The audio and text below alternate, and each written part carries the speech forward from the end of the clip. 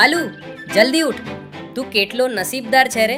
પેલી બાજુ જો, આકાશમાંથી વાદળા હટી ગયા છે અને ચોખ્ખા મધનો વરસાદ પડી રહ્યો છે.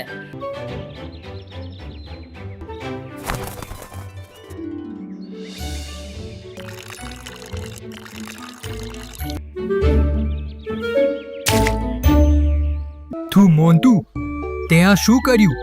મારી ખાવાની નબળાઈનો ફાયદો ઉઠાવીને મને કાગડાની અઘાર ખવડાવી દીધી.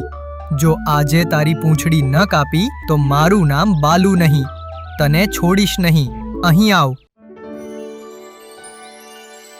એક સમયની વાત છે.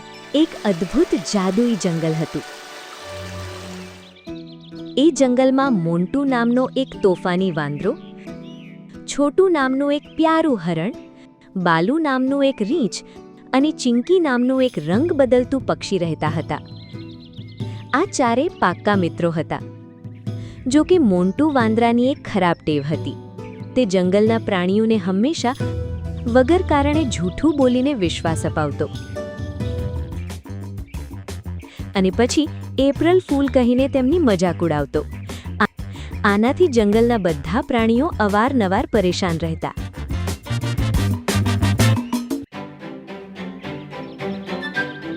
બાલુ, જલ્દી ઉઠ. તું કેટલો નસીબદાર છે રે. પેલી બાજુ જો, આકાશમાંથી વાદળા હટી ગયા છે અને ચોખ્ખા મધનો વરસાદ પડી રહ્યો છે. તું તારું મોઢું જેટલું મોટું ખોલીશ એટલું મધ તારા પેટમાં જશે. જલ્દી મોઢું ખોલીને રાખ. બાલુ રીંછને મધ જીવથી પણ વધારે વહાલું હતું. મોન્ટુની વાત સાંભળતા જ બાલુ ઊંઘમાંથી જાગ્યો અને આંખો ખોલ્યા વગર જ પોતાનું મોઢું જેટલું બને એટલું મોટું ખોલીને આકાશ તરફ જોવા લાગ્યો. પણ ત્યાં મધનો વરસાદ તો દૂર, બરાબર એ જ સમયે ઝાડની ડાળી પર બેઠેલા એક કાગડાની અઘાર બીટ સીધી બાલુના મોઢામાં પડી. આ જોઈને મોન્ટુ ઝાડની ડાળી પર તાળીઓ પાડતા જોર જોરથી હસવા લાગ્યો.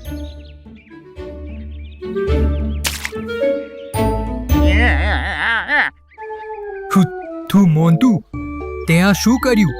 મારી ખાવાની નબળાઈનો ફાયદો ઉઠાવીને મને કાગડાની અઘાર ખવડાવી દીધી. જો આજે તારી પૂંછડી ન કાપી તો મારું નામ બાલુ નહીં. તને છોડીશ નહીં. અહીં આવ. ઉફ, મારું પેટ દુખવા માંડ્યું બાલુ. તું મારી જૂઠની જાળમાં ફસાઈ જ ગયો. મધનો વરસાદ. ખાઈ લીધી ને કાગડાની અઘાર. તારો ચહેરો તો જો કેવો બનાવ્યો છે. આ જંગલમાં જૂઠું બોલવામાં મારા જેવો કોઈ ઉસ્તાદ નથી. મોન્ટુ પાસે એક રહસ્યમય બોલતો જાદુઈ અરીસો હતો. એ અરીસાની ખાસિયત એ હતી કે જ્યારે પણ મોન્ટુ જૂઠું બોલતો તે જોરથી બૂમ પાડતો, જૂઠું, જૂઠું. મોન્ટુને અરીસાનું આ કામ ગમતું નહોતું.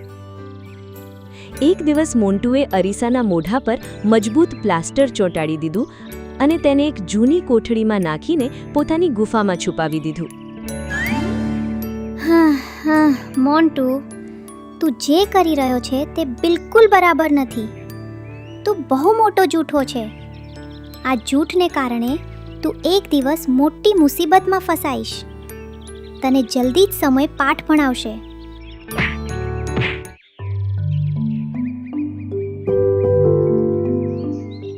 બીજે દિવસે સવારે જ્યારે જંગલના બધા પ્રાણીઓ એક જગ્યાએ બેસીને જમતા હતા ત્યારે મોન્ટુ દૂરથી હાંફતા હાંફતા અને ડરથી ધ્રુજવાનો નાટક કરતા દોડતો આવ્યો. ભાગો, ભાગો, પ્રાણીઓ ભાગો! આપણા જંગલની હદમાં એક ક્રૂર સિંહ આવ્યો છે.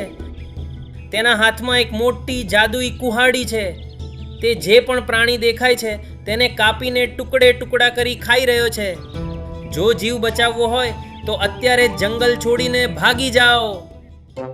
મોન્ટુના ચહેરા પર ગભરાટ જોઈને બધા પ્રાણીઓને લાગ્યું કે સાચે જ સિંહ આવી ગયો છે. હાથી પોતાના બચ્ચાઓને લઈને ભાગ્યા.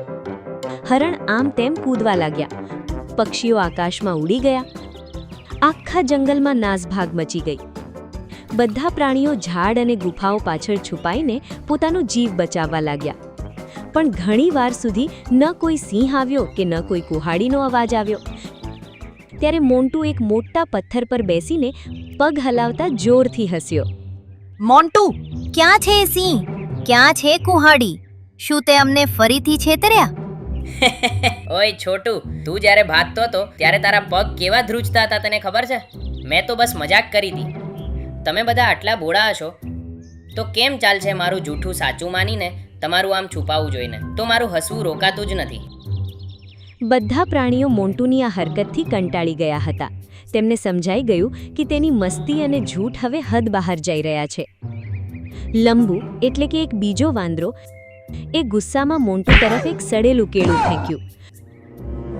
મોન્ટુ, તારી આ જૂઠ બોલવાની આદતના કારણે એક દિવસ બધાનો તારા પરથી વિશ્વાસ ઉઠી જશે. ત્યારે તું સાચું બોલીશ તો પણ કોઈ માનશે નહીં. પણ મોન્ટુએ આ વાતો પર ધ્યાન ના આપ્યું. બીજે દિવસે સાંજે હવામાન ખૂબ સુંદર હતું. બધા મિત્રો જંગલની વચ્ચે ચિંતામણી મેદાનમાં એક જાદુઈ ચમકતી દડા એટલે કે ગ્લોઈંગ બોલથી ક્રિકેટ રમી રહ્યા હતા. છોટુ બોલિંગ કરી રહ્યો હતો અને મોન્ટુ બેટિંગ. બાલુ વિકેટ કીપિંગ કરતો હતો. છોટુ, સારી બોલ નાખ. આજે આ જાદુઈ દડાને જંગલની પાર પહોંચાડી દઈશ. છોટુએ બોલ ફેંક્યો. મોન્ટુએ પૂરી તાકાતથી બેટ ફેરવ્યું. બોલ ટાકના અવાજ સાથે હવામાં ઉડતો મેદાનની બાજુમાં આવેલી ઝાડીઓ અને પથ્થરોવાળી અંધારી કાળા પથ્થરોની ખીણમાં જઈ પડ્યો. તે જગ્યાએ ખતરનાક જીવો અને જાદુઈ રાક્ષસો રહેતા હતા. તેથી ત્યાં કોઈ એકલું જતું ન હતું. પણ મોન્ટુ પોતાના અતિ આત્મવિશ્વાસમાં કોઈને કહ્યા વગર એકલો જ અંદર જતો રહ્યો. ઓહ, અહીં કેટલું અંધારું છે. આ પથ્થરો આવી રીતે કેમ હલી રહ્યા છે? ખેર, જે હોય તે, મારો જાદુઈ દડો મળી ગયો. પણ આ દડા ઉપર આ મોટો પડછાયો શેનો છે?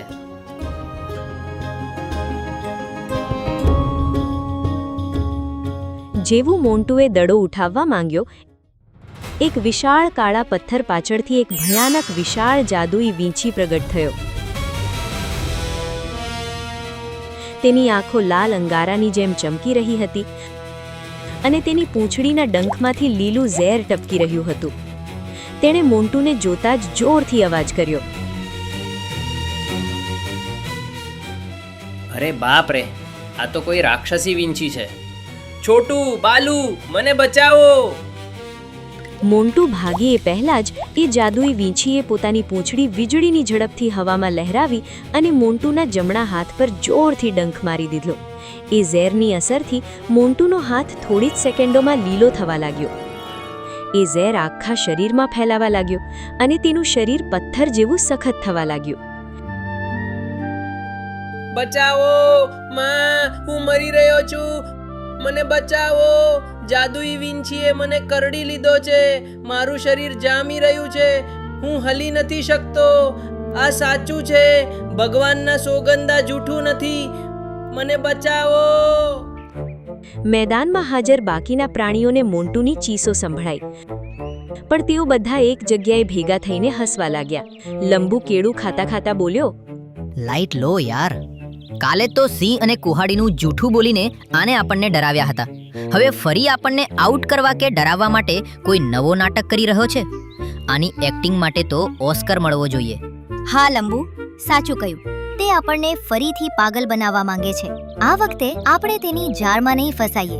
આપણે નહીં જઈએ. એમ વિચારીને કે મોન્ટુ હંમેશા જૂઠું જ બોલે છે, કોઈ પ્રાણીએ ધ્યાન ના આપ્યું. મોન્ટુ પીડાથી તડપતો જેમ તેમ ખીણમાંથી ઘસડાતો બહાર આવ્યો. તેની આંખો બંધ થઈ રહી હતી. ઝાડ પર બેઠેલી ચીંકી પક્ષીએ ઉપરથી તેની ભયાનક હાલત જોઈ. છોટુ, બાલુ, જલ્દી આવો. મોન્ટુ નાટક નથી કરી રહ્યો. તેનો જીવ જોખમમાં છે. જુઓ, તેનું શરીર પથ્થર બની રહ્યું છે. પેલા જાદુઈ વીંછીનું ઝેર ફેલાઈ રહ્યું છે.